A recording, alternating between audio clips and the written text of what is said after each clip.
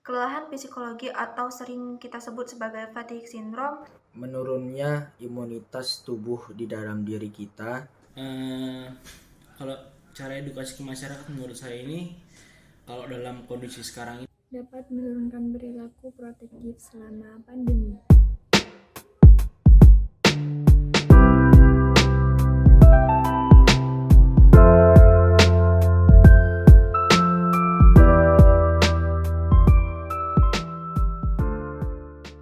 Kelelahan psikologi atau sering kita sebut sebagai fatigue syndrome merupakan kesehatan mental utama akibat efek pandemi COVID-19.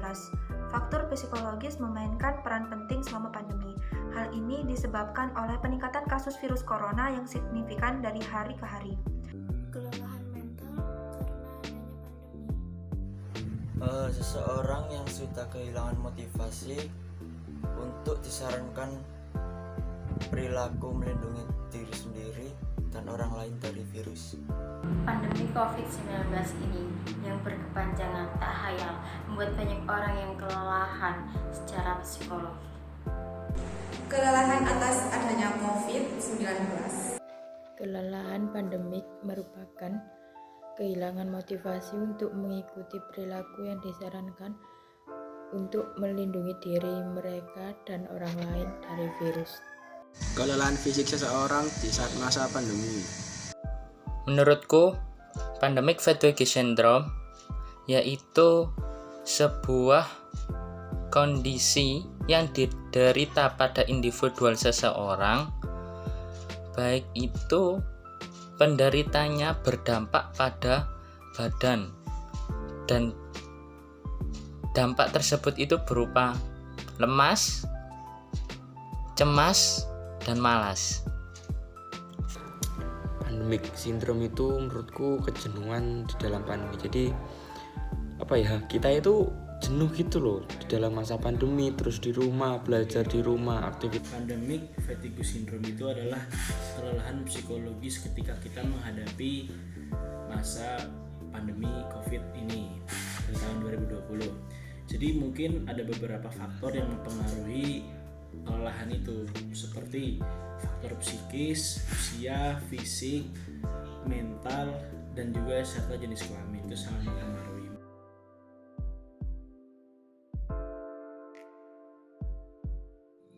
Penyebabnya bisa karena bosan terhadap rutinitas sekolah dan bekerja dari rumah, dan juga mental yang kurang kuat. Mungkin seseorang sudah tidak lagi terancam dengan virus ini karena kan sudah terbiasa. Kurang tidur, tidak aktif olahraga, stres yang berlebihan, keputusasaan dan ketidakpastian bahwa pandemi akan segera selesai dan kehidupan kembali seperti semula. Kapasitas mental lah ya pastinya. Faktor-faktor yang mempengaruhi yaitu seperti usia, kondisi fisik, status mental, dan kesetresan. Faktor penyebab adalah faktor usia, kondisi fisik, status mental, dan jenis kelamin mempengaruhi pengalaman kelelahan seseorang. Kayak kurang tidur, pola makan yang buruk. Itu dikarenakan individual dari seseorang tersebut itu kurang memperhatikan daripada ketentuan prokes yang telah ditentukan oleh pemerintah. Di rumah terus, sana sini lockdown, gak bisa kemana-mana. Penyebab kita mengalami pandemic syndrome itu menurutku ya kita itu manusia, jadi jenuh itu wajar. Bayangkan kita selama beberapa tahun ini aktivitas harus dibatasi, keluar gini harus memakai masker, dan itu pun kebiasaan baru untuk kita. Tentunya kita sebagai pelajar mengerjakan tugas di rumah, sekolah menggunakan aplikasi Zoom, Google Meet, mengumpulkan tugas pakai Google Classroom, itu kejenuhan tersendiri bagi saya. Tentunya juga teman-teman saya di kalangan pelajar. Kita biasanya bercengkrama dengan teman-teman, sekolah bareng-bareng, di kantin bareng. Terus keasikan itu hilang di saat COVID-19 itu datang.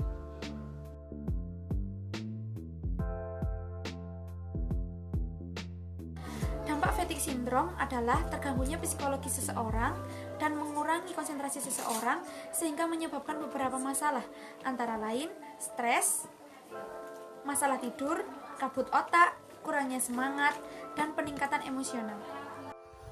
Orang-orang lebih banyak menghindar dari masalah kan daripada bingung mikir masalah virus ini, lebih baik acuh, mungkin seperti itu. Dampaknya adalah sebagian orang termasuk saya menjadi abai dalam mematuhi prokes, seperti melepas masker di tengah kerumunan. Dapat menurunkan perilaku protektif selama pandemi. Menurunnya imunitas tubuh di dalam diri kita dan bisa membuat pikiran menjadi stres. Dampaknya adalah merasakan buntu dan tidak lagi peduli, cenderung hindari kenyataan, dan lain-lain. Mungkin jadi males aja sih ngapa-ngapain, jadi males banget gitu. Mungkin dampak daripada pandemic fatigue syndrome, menurutku dampaknya itu bisa mengenai seseorang, dan seseorang tersebut itu seperti tidak sabar, sering marah, dan yang paling parah itu susah bernafas. Apabila kita sudah susah bernafas, ya tanda tanya untuk kelamaan masa hidup kita. Kurangnya motivasi karena di rumah terus. Dampak dari pandemi sindrom itu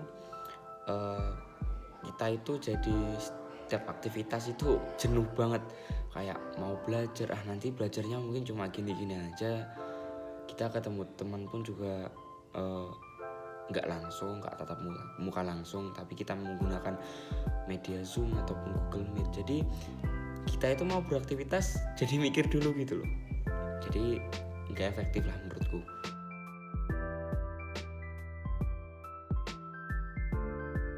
Selalu bosan dan kurang nyenyak ketika tidur. Pernah pasrah dan masa bodoh dengan prokes 5M. Lebih mudah emosi. Overthinking dan stres akibat sekolah online. Yang sering saya rasakan adalah stres yang berlebihan, mudah marah, malas ngelakuin apa-apa, demam, dan emosional burnout. Seperti stres dan insomnia karena pembelajaran dan banyaknya tugas yang dilakukan secara online atau daring yang mengharuskan kita selalu menatap layar gadget. Padahal menurut penelitian, menatap layar gadget secara berlebih, yakni lebih dari 5 jam per hari, dapat menyebabkan peningkatan insomnia. Mungkin konsentrasi berkurang sih. Gampang lelah padahal gak melakukan aktivitas apa-apa. Saya pernah depresi, stres, dan tidak percaya diri.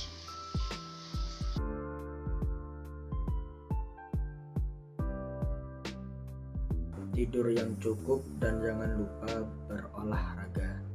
Selalu utamakan kesehatan. Melakukan hal-hal yang kamu sukai. Olahraga di samping rumah. Menurut saya, solusi yang tepat untuk menangani fatigue syndrome ini adalah yang pertama harus positive thinking dan selalu optimis dan juga semangat dalam mengerjakan tugas. Dan jangan terburu-buru dalam mengerjakan tugas, tetap fokus, santai, tapi pasti. Dan jangan lupa selalu beribadah dan jaga kesehatan. Tidur yang cukup minimal 7 jam sehari. Olahraga juga dapat menurunkan stres dengan menenangkan pikiran Anda.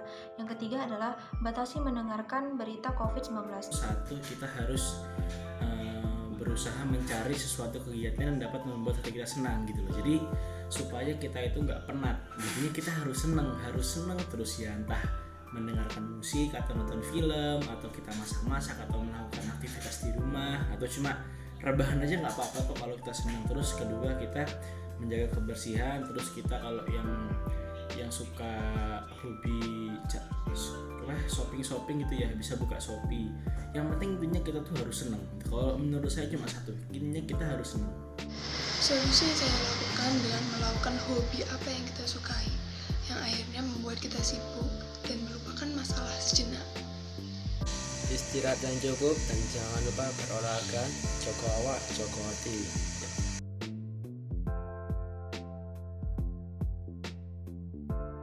Menasihati dimulai dari orang terdekat seperti keluarga bahwa virus ini benar adanya. Dengan memberitahu cara-cara mengatasinya seperti tetap menjaga kesehatan, mengontrol stres, mengurangi membaca berita, dan selalu berpositif thinking. Cara pencegahan agar kita tidak terkena pandemi ini: tidur yang cukup, olahraga, batasi pendengaran berita tentang COVID-19, komunikasi, dan menerima kondisi emosional. Lebih bijak dalam memilih informasi. Dengan memberikan cara-cara untuk mengatasi pandemi fatigue. Salah satunya adalah lewat buku panduan dan pengarahan dari pemerintah, dan selalu terapkan prokes 5M dan strategi mendasar yaitu 3T: tes, stres, dan treat. Kalau cara edukasi ke masyarakat menurut saya ini, kalau dalam kondisi sekarang ini ya, kita harus memanfaatkan teknologi. Stop mendengar berita COVID dan menjaga pola makan yang teratur. Kita bisa share video ini sebanyak-banyaknya yang akhirnya membuat masyarakat teredukasi.